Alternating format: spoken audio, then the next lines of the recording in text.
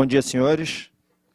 Queria começar o bate-papo de hoje cumprimentando aos meus colegas de mesa, o doutor Leone Lago, doutor Zé Carlos, quem é o maior responsável realmente por esse evento de hoje, e como responsável, portanto, também responsável por qualquer bobeira que a gente vier a falar aqui, é esse senhor que deve responder por isso. Cumprimentar todos os presentes nesse dia chuvoso, tão bom para a gente se dedicar às reflexões do direito administrativo, né? Friozinho, chuva, eu acho que é um ambiente convidativo para esse nosso bate-papo de hoje. Esse tema que eu proponho aos senhores, de fato, é um tema bastante amplo, amplo até demais, poderia merecer todo um congresso só a esse respeito. Então, isso me impôs um dever de ser muito seletivo nas questões que eu vou trazer aqui. Na verdade, vou me dedicar apenas à reflexão de duas únicas questões que me parecem bastante caras, bastante importantes, de estarem na pauta do dia, de estarem na ordem do dia. Tenho o conforto enorme de saber que o professor Egon Bockmann Moreira, que já está aqui conosco hoje, ele se dedicará a tratar do processo administrativo e do CPC. Portanto, já adianto aos senhores que ele vai ter competência revisional e suplementar de absolutamente tudo que eu vier a falar aqui.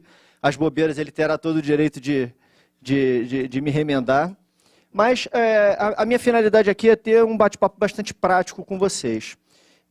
O Tribunal de Contas da União ele é um tribunal bastante diferente daquele que eu encontrei em 2010, quando eu comecei a minha advocacia mais intensa no âmbito daquele tribunal. Os senhores não tenham dúvida de que é um tribunal que não passou incólume por todo o processo que a gente assiste hoje de uma maneira muito triste, dos grandes escândalos identificados pela Polícia Federal, do grande anseio da população e a pressão da mídia, de uma forma geral, por resultados, por respostas a todos esses malfeitos, essas pretensas irregularidades que estão sendo reveladas atualmente. E o tribunal se ressente muito, é um tribunal muito diferente. A advocacia no âmbito desse tribunal hoje é uma advocacia muito mais difícil, muito mais complexa do que aquela que eu me deparava em 2010, exatamente porque o ônus de argumentação, o ônus de convencimento no âmbito desse tribunal, ele está muito dificultado. Então, dentro desse panorama como um todo, a entrada em vigor do CPC, em março de 2016, depois do período de vacácio, ela vem de uma maneira muito satisfatória para todos nós, e a gente verifica isso com muita felicidade.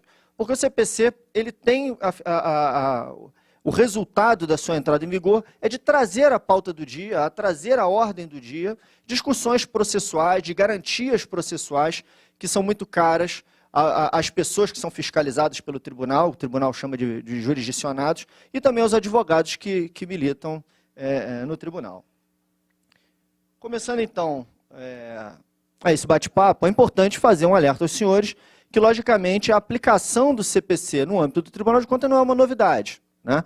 O Tribunal de Contas aplica o CPC já de longa data, o regimento interno do tribunal possui um dispositivo, o 298, que estabelece exatamente a aplicação subsidiária do CPC ao processo administrativo do Tribunal de Contas, mas a gente tem uma novidade importante e me parece muito bem-vinda, que o CPC nos oferece nesse momento, porque ele não define apenas a sua aplicação subsidiária.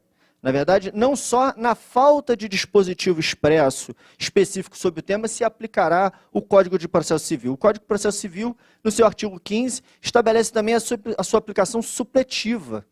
E isso quer dizer, a boa interpretação que podemos tirar disso, é de que, além da falta da sua aplicação, na falta de dispositivo específico, na lei orgânica do tribunal, no regimento interno, ou nos demais atos interna corporis que o tribunal tem disciplinando o seu processo, o CPC também vai ser aplicado de uma forma complementar, de uma forma supletiva, influenciando a própria inteligência, a própria leitura dos dispositivos que já vigoram no âmbito do processo do Tribunal de Contas. Pois bem, feita essa rápida introdução, já passo ao primeiro ponto que pretendo me dedicar hoje a essa rápida reflexão com os senhores, que é a questão que envolve o ônus probatório no âmbito do tribunal. A quem compete deduzir prova, comprovar a boa versação dos recursos públicos. Cabe ao tribunal identificar a irregularidade, comprovar a irregularidade, ou cabe ao particular comprovar a boa gestão do recurso. A inteligência dessa questão, no âmbito do Tribunal de Contas, ela tem como origem a dicção da Constituição Federal no artigo 70, parágrafo único. O artigo 70 estabelece que prestará contas qualquer pessoa física ou jurídica, pública ou privada, que utilize, arrecade, guarde, gerencie, enfim, prestará contas. Então, a interpretação que se faz a esse respeito, que hoje está sedimentada no âmbito do Tribunal de Contas, é de que se cabe ao particular prestar contas, é íncito a esse dever de prestação de contas o de deduzir prova, de comprovar a boa gestão de recursos públicos. Essa compreensão a gente vê de forma muito tranquila, muito pacífica no âmbito da jurisprudência do Tribunal de Contas da União. Eu trago aqui para os senhores um desses acórdãos que me pareceu mais emblemático a esse respeito e que ele é bastante literal quanto a isso, tratando do ônus probatório. Ratifico que não cabe ao tribunal a persecução de provas da regular aplicação dos recursos. Uma vez que o gestor não comprovou pelo meio ordinário a adequada aplicação de recursos por ele geridos, a busca de documentos que eventualmente venham comprovar a integridade da sua atuação constitui exercício do seu direito de defesa. Então está muito claro que se cabe ao particular provar a boa gestão do recurso público e não ao tribunal buscar documentos que identifiquem se a gestão foi bem feita ou se foi mal feita. Bom, essa questão já me parece que merece uma reflexão importante no ponto de vista dos tipos de processos que existem no âmbito do Tribunal de Contas. Essa realidade que nós vimos parte da interpretação do artigo 70, parágrafo único, que fala do dever de prestar contas. E aí lembramos nós que no âmbito do tribunal, uma das categorias de processos que lá existem são os processos de fato, de processos de contas, chamados processos de contas, as prestações de contas. E nesse ponto, de fato, como a gente bem viu, a Constituição Federal estabelece um ônus da parte de prestar a contas e, por isso, daí deduzir prova da boa gestão daqueles recursos. Mesmo nesse caso em específico das prestações de contas, me parece que a gente pode ter um outro momento de alteração desse ônus probatório, exatamente no momento em que há uma prestação de contas, o particular fez o seu dever de casa de, no seu sentir, comprovar a gestão daquele recurso, e em o tribunal identificando, ou entendendo que há alguma irregularidade aí me parece que a contraprova, o ônus de deduzir prova em sentido contrário, aí sim seria do tribunal e não do particular. Mas nós ainda temos uma segunda categoria de processos no âmbito do Tribunal de Contas, que são os processos de fiscalização de atos e de contratos. Nesse caso, são as conhecidas auditorias do tribunal, as inspeções realizadas pelo tribunal, por meio das quais o tribunal exerce realmente a sua função institucional de fiscalizar, de investigar a boa gestão de recursos públicos, sobre contratos, sobre programas, sobre projetos do poder público de uma forma geral. Nesse caso, como se trata de fiscalização realizada pelo tribunal, me parece muito tranquilo concluir que o ônus de comprovar que há alguma determinada irregularidade não possa ser do particular, mas sim do próprio tribunal de deduzir prova nesse sentido. Bom, essa minha interpretação me parece que encontra guarida na Lei do Processo Administrativo Federal, na Lei 9784 de 99, no seu artigo 36, me parece que faz essa separação de ônus probatório, Cabe ao interessado, aqui no âmbito do tribunal jurisdicionado, a prova dos fatos que alega, naturalmente, mas sem prejuízo do dever atribuído ao órgão competente para a instrução.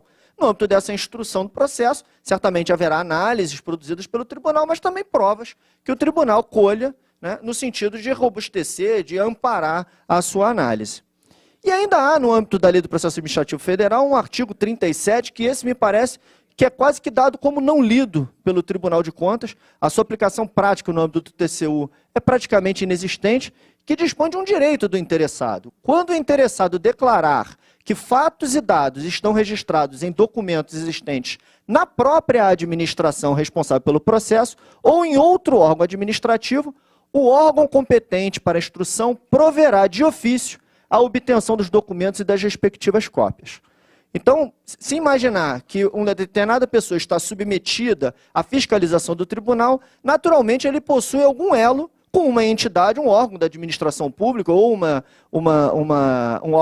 entidade da administração indireta que está submetida à jurisdição do tribunal. Assim, portanto, me parece factível, claro que mediante as devidas justificativas e motivações, que o interessado possa pleitear que o próprio tribunal requeira daquele órgão. Muitas das vezes se trata de um gestor aposentado ou de alguém que não está mais trabalhando naquela unidade, que poderia ser a guardiã das informações importantes para a dedução da sua defesa, que possa pleitear que o próprio tribunal requeira esse tipo de documentação da própria administração. Isso é algo que está previsto na Lei de Processo Administrativo. Na prática, digo aos senhores que não vejo isso funcionar. Mas aí vem o novo Código de Processo Civil, que me parece pode emprestar alguma luz a essa questão e servir de algum amparo, algum conforto ao jurisdicionado no âmbito desse tipo de questão. O artigo 373, ele estabelece a repartição ordinária do ônus da prova. A prova compete àquele que alega. Então, ao autor, sobre os fatos constitutivos do seu direito, ao réu, quanto à existência de fato impeditivo, modificativo ou extintivo do direito do autor. A regra é natural.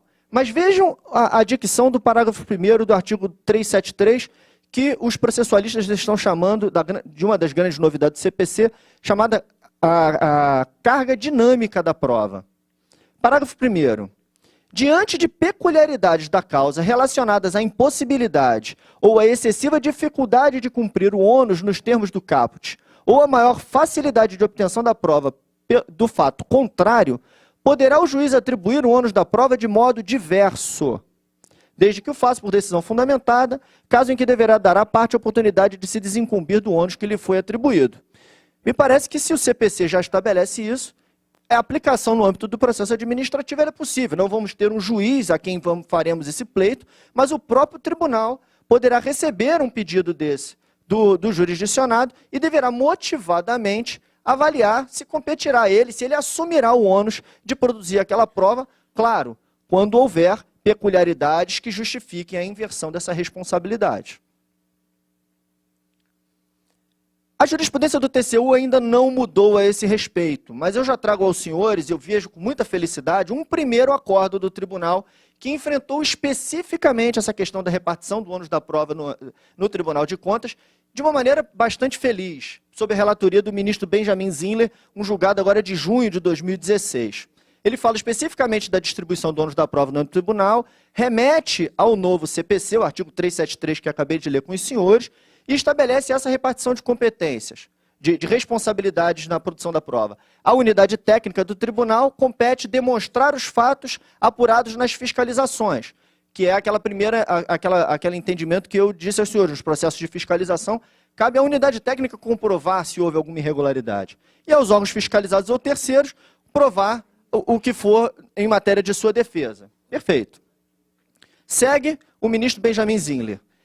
Aqui, no caso concreto, veja a resolução do conflito, a resolução do problema que ele ofereceu.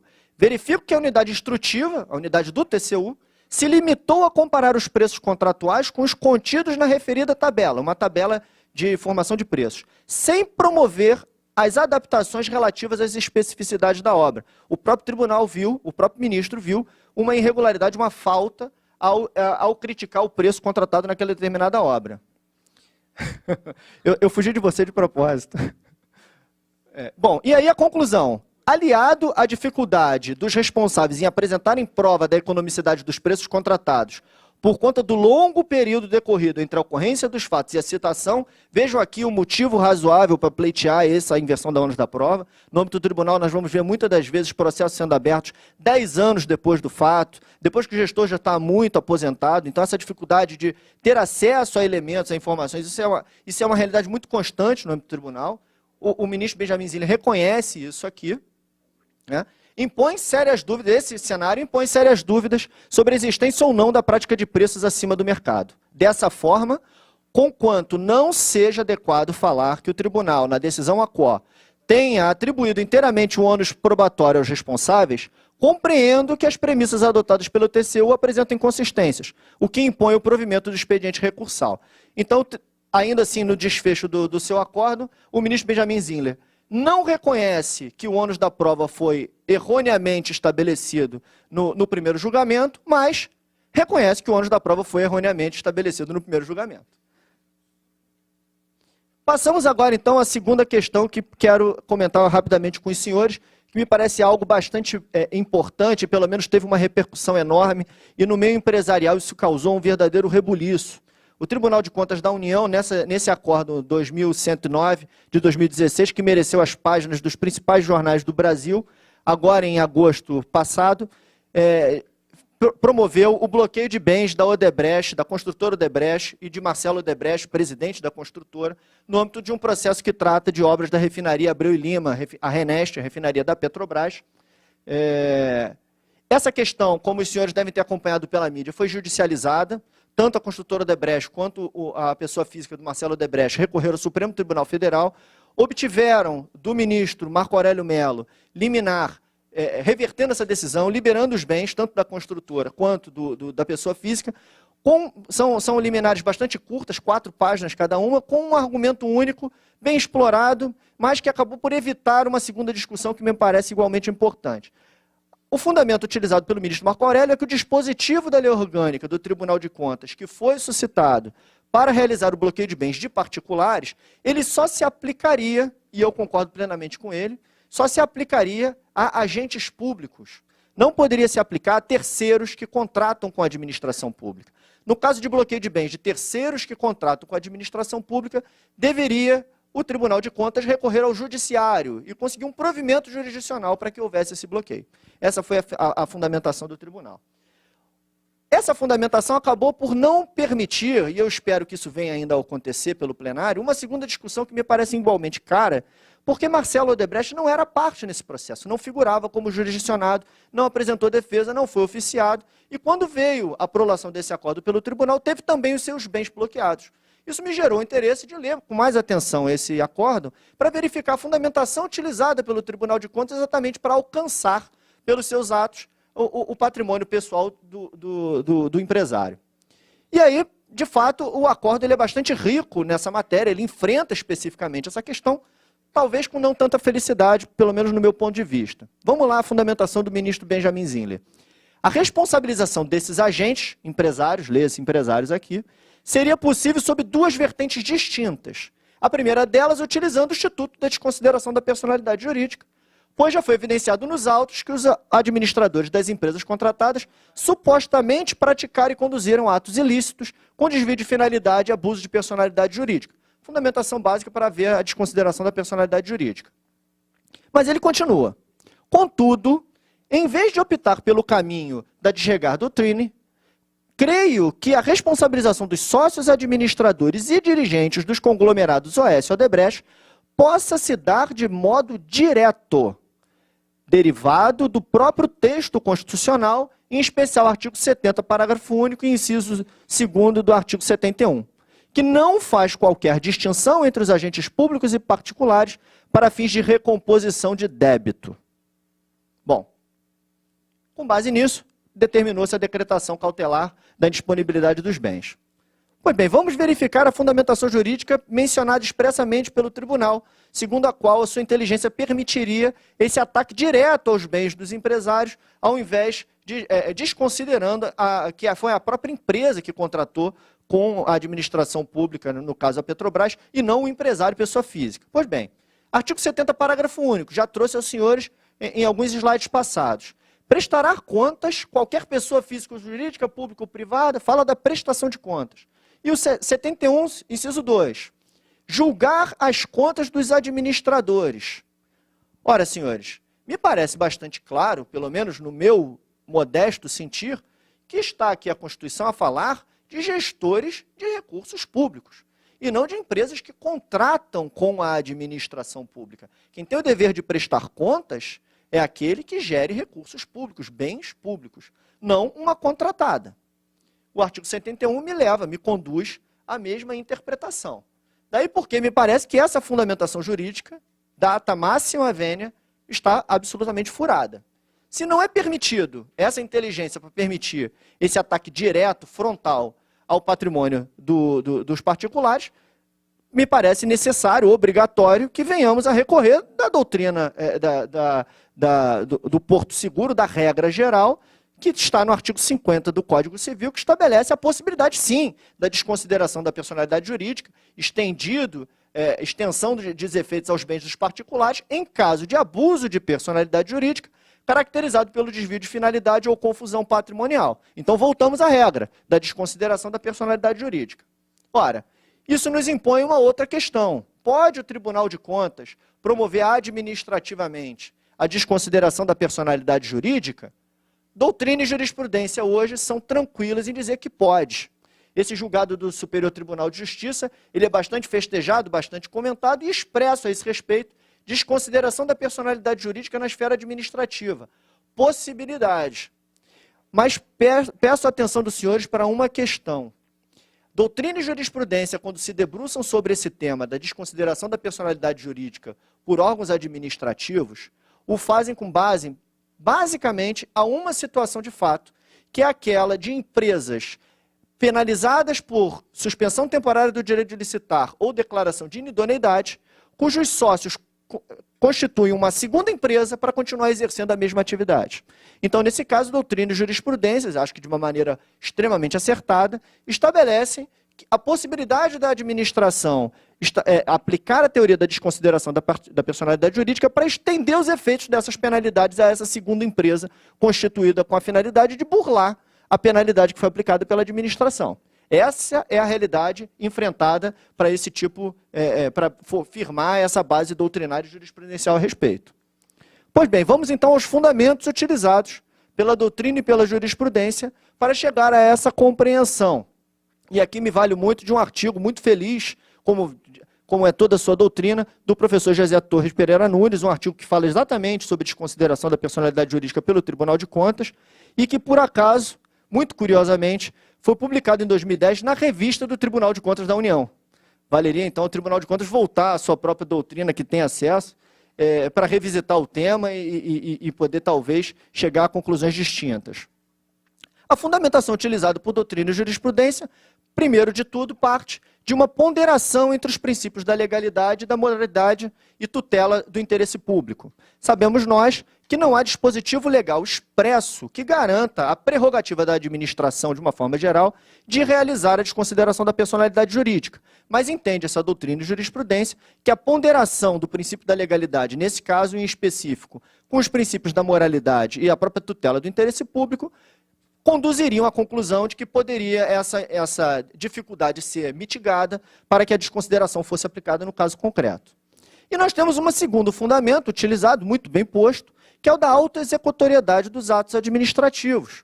Sabemos nós que a autoexecutoriedade ela é uma regra do direito público, como toda regra admite suas exceções, e aqui, exatamente as exceções é que me parece que devem ser visitadas. Como é que o próprio professor Gessé bem pontua essa questão?